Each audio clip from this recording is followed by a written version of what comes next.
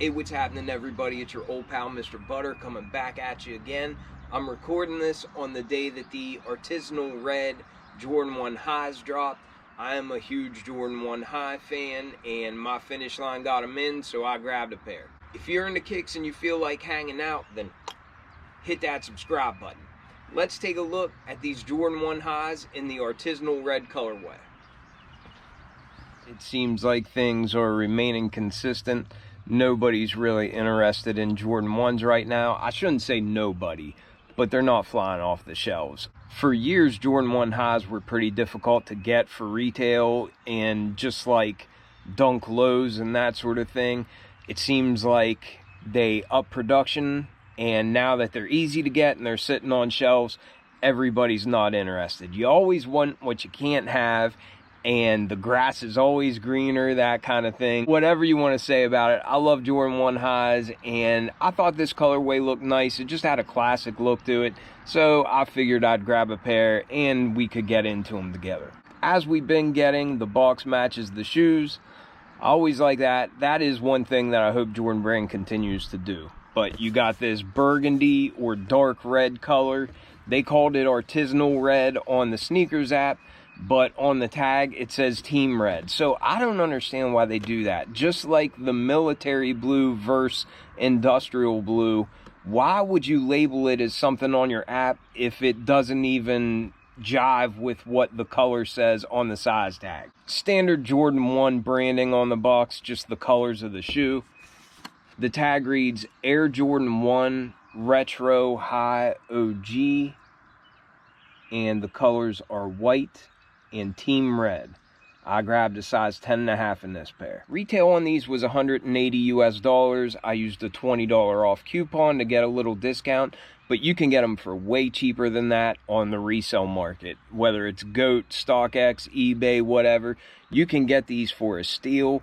And if you're not in a rush, you can just wait, and I'm sure they'll go on sale. One thing I found really interesting, when I went to get these, there were 4 colorways of Jordan 1 highs sitting beside each other on the shelf.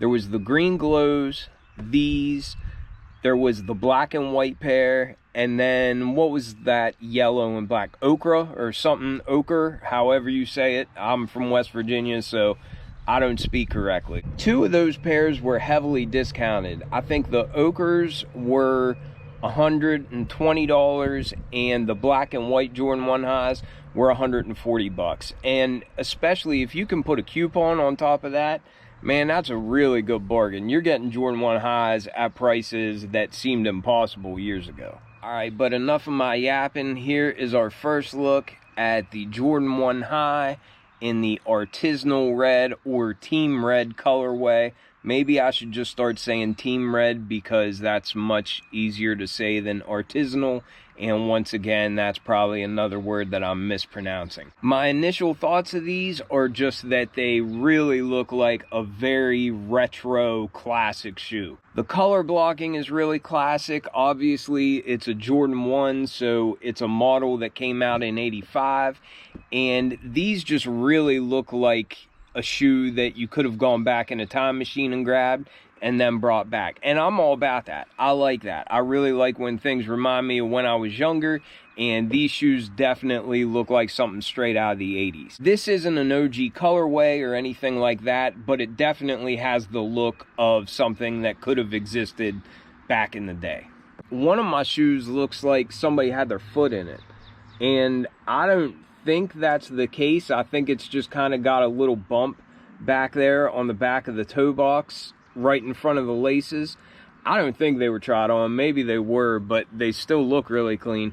But there's a little, like, it looks like the very beginnings of a crease, like when you wear a shoe for the first time. So I don't know if somebody had these on feet or if they just had the paper packed in there weird or what, but this one shoe looks like it's had somebody else's foot in it already. Another thought that came to my mind pretty quickly was just, I don't really care for these as much as what I like the green glow Jordan 1s that just dropped last week.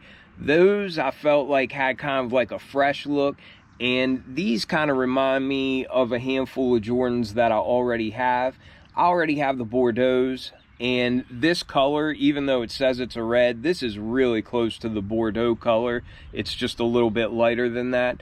But I prefer the Bordeaux Jordan 1 highs to this pair, and I don't really feel a need to have both of them in the collection. Sometimes I grab pairs of shoes knowing that I'll take a hit on them just so that I can make the review for y'all, and I don't really have intentions of keeping them in the collection, and I will go ahead and be transparent with y'all.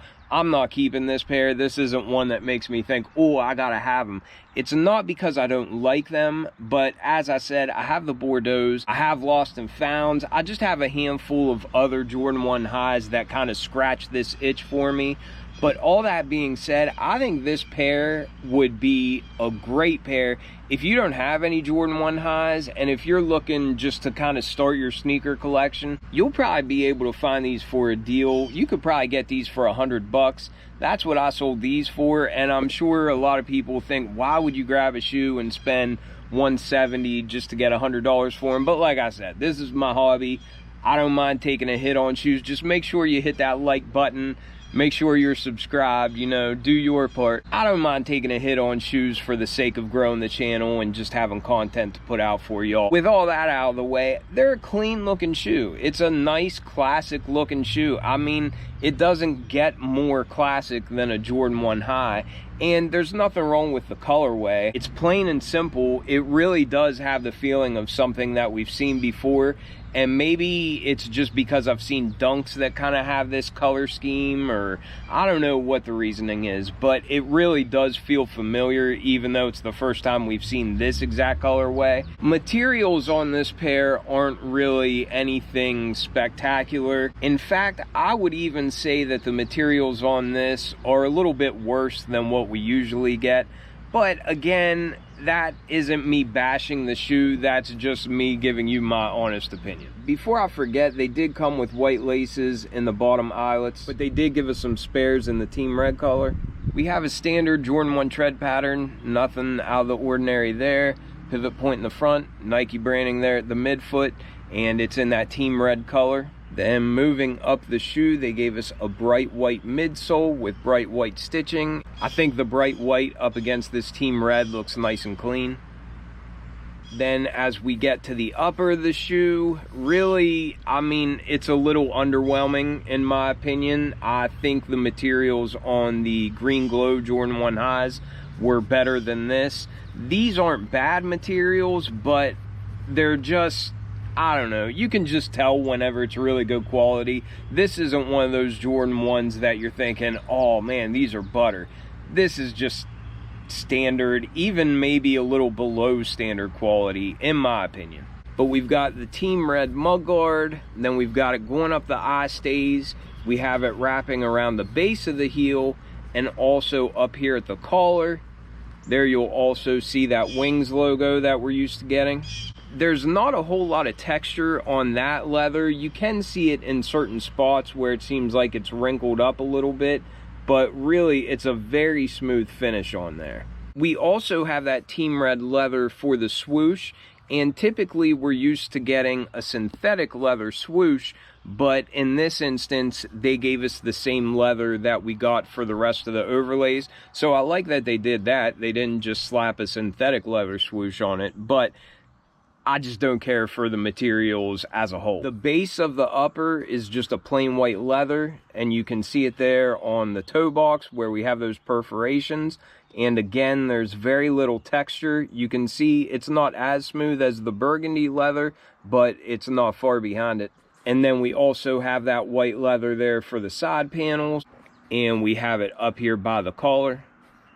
We have a standard nylon tongue in a white color. It's pretty much what we're used to getting, and it's got white piping going along the edges, and then it's got a white tag at the top with some burgundy or team red Nike Air branding. Up around the collar, it feels nice and padded. I bet these will be reasonably comfortable, but we have a team red sock liner, and the insole is also team red, and it's got some white Nike Air branding down on it. But that was a pretty quick look at these team red Jordan 1 highs. It's not that I dislike the shoe, but I already have a couple of pairs that have similar colorways, and I prefer those versions of the Jordan 1 High more. Like I said, if you're looking to build your collection, I bet you can get these for around $100. I don't think they'll be disappearing anytime soon, so I wouldn't hurry up and run out if money's tight or anything. But I definitely think that this is a very retro looking classic sneaker. I think Jordan 1s are easy to style, and I wouldn't blame anybody for picking these up. Let me know what you think about these. I appreciate you all watching tremendously, and I will catch you on the next one. I'm out.